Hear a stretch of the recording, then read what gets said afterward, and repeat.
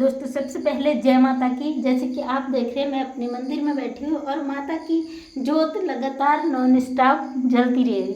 सभी के घर में माता रानी आ चुकी हैं और सभी के घर में माता रानी का वास हो और सभी घर के बच्चे सुरक्षित हो और सभी घर में सुख शांति बने रहे। माता रानी के 9 दिन सबके घर में दुर्गा माता का वास हो और खुशियों का हमेशा के लिए वास हो। दिल से ये दुआ है।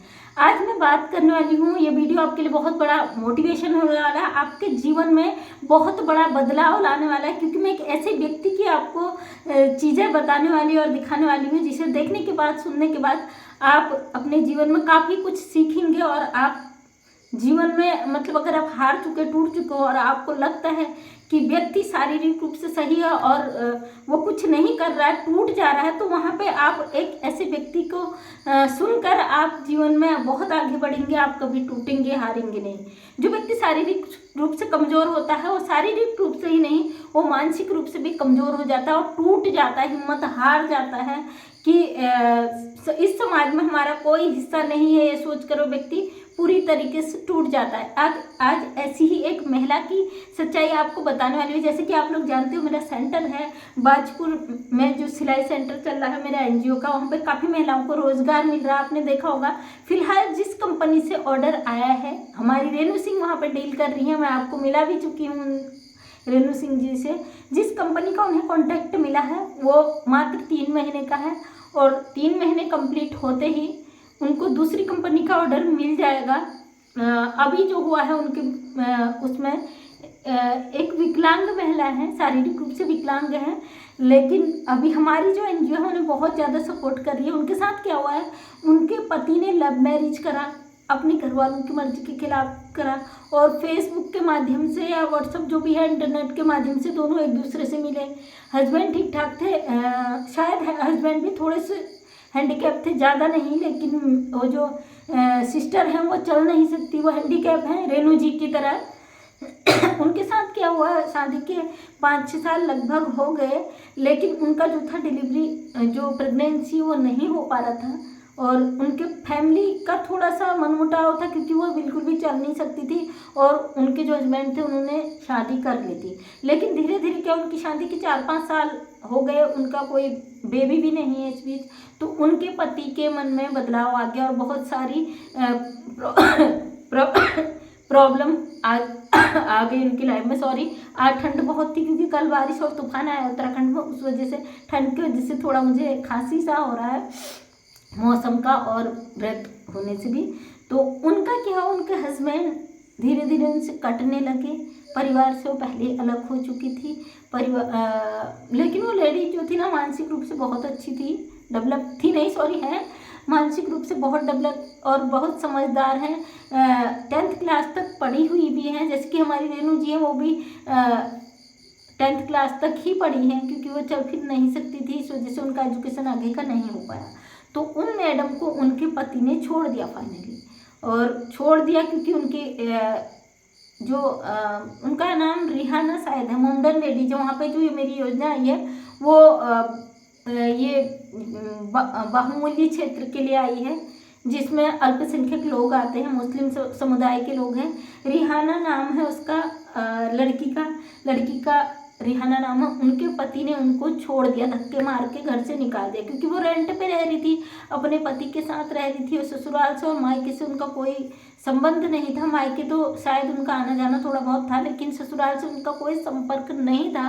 फाइनली उनके हस्बैंड ने पूरी तरीके से उन्हें धक्के मार के निकाल दिया कि भाई अब मेरी लाइफ में आपकी कोई जगह नहीं है। बहाना ये बनाया कि वो उसके पास बच्चा नहीं था। तो मैं कहती हूँ, बच्चा होना कौन सी बड़ी बात है, जब आप जिम्मेदारियां लेते हो, अपने माँ बाप की मर्जी के बिना शादी करते हो, तो फिर आप बच्चे के लिए क्या उस रिश्ते को तोड़ दोगे, उस प्यार को छोड़ दोगे।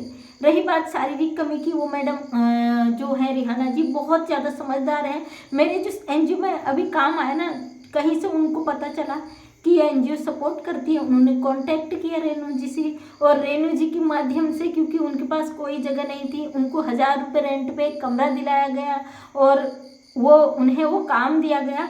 फाइनली उसे 15 दिन रेणु ने ट्रेंड करा उस काम में, क्योंकि वो जो कंपनी का ऑर्डर आता है उसमें अगर डिफेक्ट हो जाता तो उन्हें भरपाई रेणु जी को भरनी पड़ती है, क्योंकि वो जो चीज़ें वो तैयार कर रहे हैं ये कुशन कवर वगैरह वो विदेशों में जाता है वहाँ कंपनी से, अगर उसमें थोड़ी सी दिक्कत आती है तो उसका पूरा भी भरपाई रेणु जी को करना पड़ता है।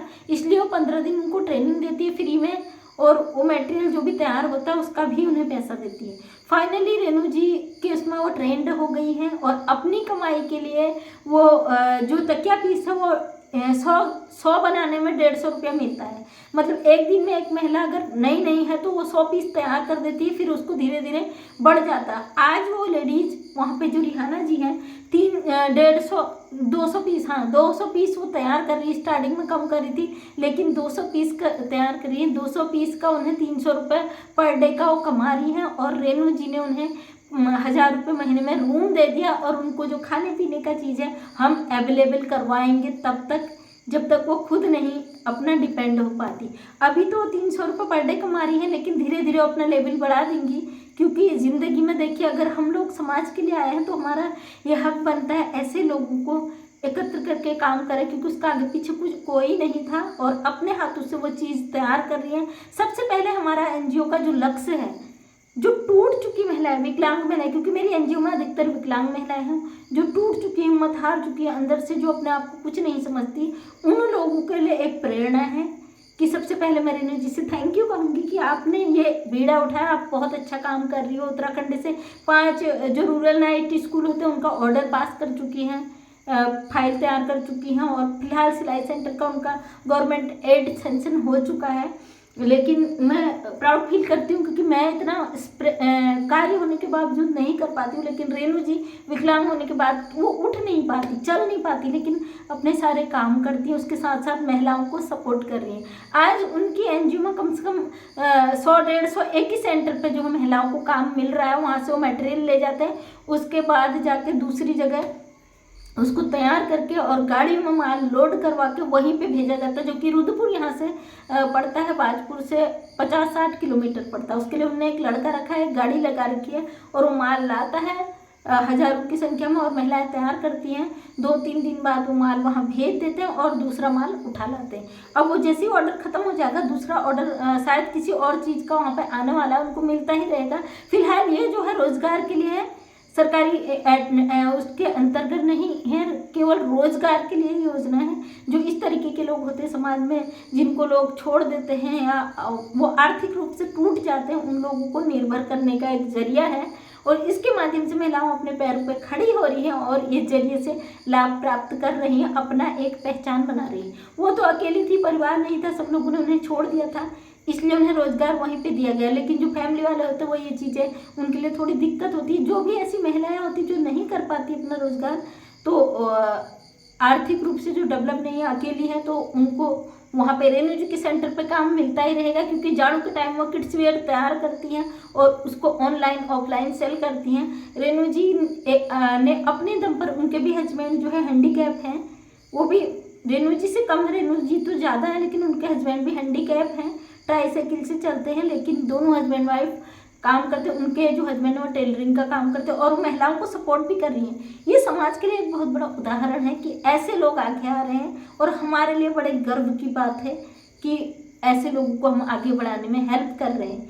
तो दोस्तों मुझे बड़ा प्राउड फील हुआ, क्योंकि अभी शायद 10-15 दिन ही रिहाना को हुए हैं और उसने 200 पीस तैयार करने शुरू कर दिए। क्योंकि जब मैंने, अफसाना मेरी एक फ्रेंड है, मेरा दूसरा समूह है उसकी वो सचिव भी है, तो अफसाना जो है वो शुरू में जो 50-60 पीस तैयार कर रही थी, लेकिन आज वो भी 2 पीस तैयार कर रही है। लेकिन उसका लक्ष्य है कि वो 300-400 रुपये पीस डेली तैयार करेंगी।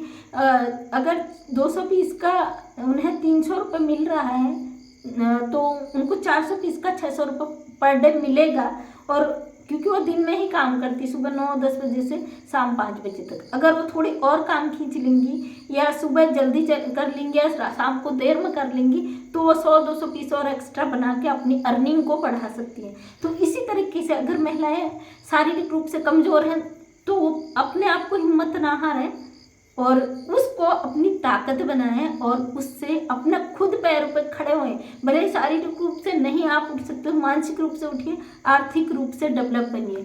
आपको मैं मिलाऊंगी, कभी वहाँ गई रेणु जी से तो मैं आपको मिला चुकी हूँ और काफ़ी शायद और महिलाओं से भी मिला चुकी हूँ, क्योंकि जब हम केंद्र में निरीक्षण के लिए जाते हैं उस समय महिलाएं नहीं होती हैं वहाँ पे, खाली ट्रेनिंग वाली महिलाएं होती, बकाया जो ट्रेंड होती है वो अपने अपने रूम पे सिलाई करती हैं। हर जगह जाके फिर डिस्टर्ब होता है, इसलिए मैं वीडियो शूट नहीं कर पाती हूँ। ये उदाहरण है उत्तराखंड से कि महिलाएं किस तरीके से आगे बढ़ रही हैं।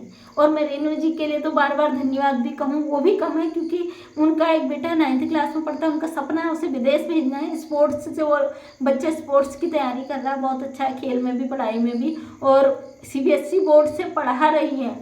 और मेरे जो NGO है और मेरा जो पर्सनल हुआ उसमें 1000 से लेके 10,000 तक की किस्तें जमा होती महिलाओं की, जो महिलाओं की छोटी छोटी अर्निंग होती है, वो कमेटी टाइप में, किट्टी टाइप में वो अपना जमा करती है, जिससे अपना आगे को रोजगार बढ़ाती है। सबने अपने अलग अलग रोजगार किए हुए हैं महिलाओं ने, ये पहचान है। और उत्तराखंड से अगर कोई है डिप्लोमा वाले और उन्हें रोजगार नहीं मिल रहा है तो SC/ST डेवलपमेंट सोसाइटी जो मेरी अपनी NGO है उसके द्वारा मैं आपको योजनाएं तैयार करके दे दूंगी, आपके विभाग में फाइल लगा दूंगी। आप उसकी फाइल या तो खुद लगा लें या मैं अध्यक्ष जी का आपसे संपर्क करवा दूंगी, आप उसके माध्यम से अपना रोजगार कर सकते हैं। तो थैंक यू सो मच दोस्तों, वीडियो लंबा हो जाता है, आप स्किप कर देते हो। अगर वीडियो पसंद आया वीडियो को लाइक कर देना, शेयर कर देना, कमेंट कर देना। कल मुझे कहीं निकलना है, आज भी मैं माता रानी के दरबार में बैठी हूँ, इसलिए मुझे 2 वीडियो मैं शूट करके रख रही हूँ ताकि मैं जब ना हूँ मैं इस वीडियो को अपलोड कर दूँ। तो थैंक यू सो मच, तहे दिल से मेरा धन्यवाद आप लोगों को। जो लोग नए हैं प्लीज़, आप वीडियो बहुत देखते हो लेकिन सब्सक्राइब नहीं करते हो, चैनल को भी सब्सक्राइब कर लेना ताकि मेरा नेक्स्ट वीडियो का नोटिफिकेशन आप तक आ सके, आप मेरे नेक्स्ट वीडियो तक पहुंच सको। अगर आपको इस वीडियो से कोई अच्छी जानकारी मिली है तो कमेंट्स के माध्यम से मुझे ज़रूर बताना कि आपने क्या सीखा, क्या महिलाओं को आगे बढ़ना चाहिए, क्या ये महिलाओं के लिए अच्छी NGO, ये जो मेरे इसमें कार्य करती हैं, क्या उनके लिए ये चीज़ें सही हैं? जो महिलाएं टूट जाती हैं, हार जाती हैं, ज़िंदगी में गलत रास्ते अपना लेती हैं, वो बेटर है या ये चीज़ बेटर है? मुझे कमेंट के माध्यम से ज़रूर बताना। थैंक यू सो मच, तहे दिल से आपका धन्यवाद।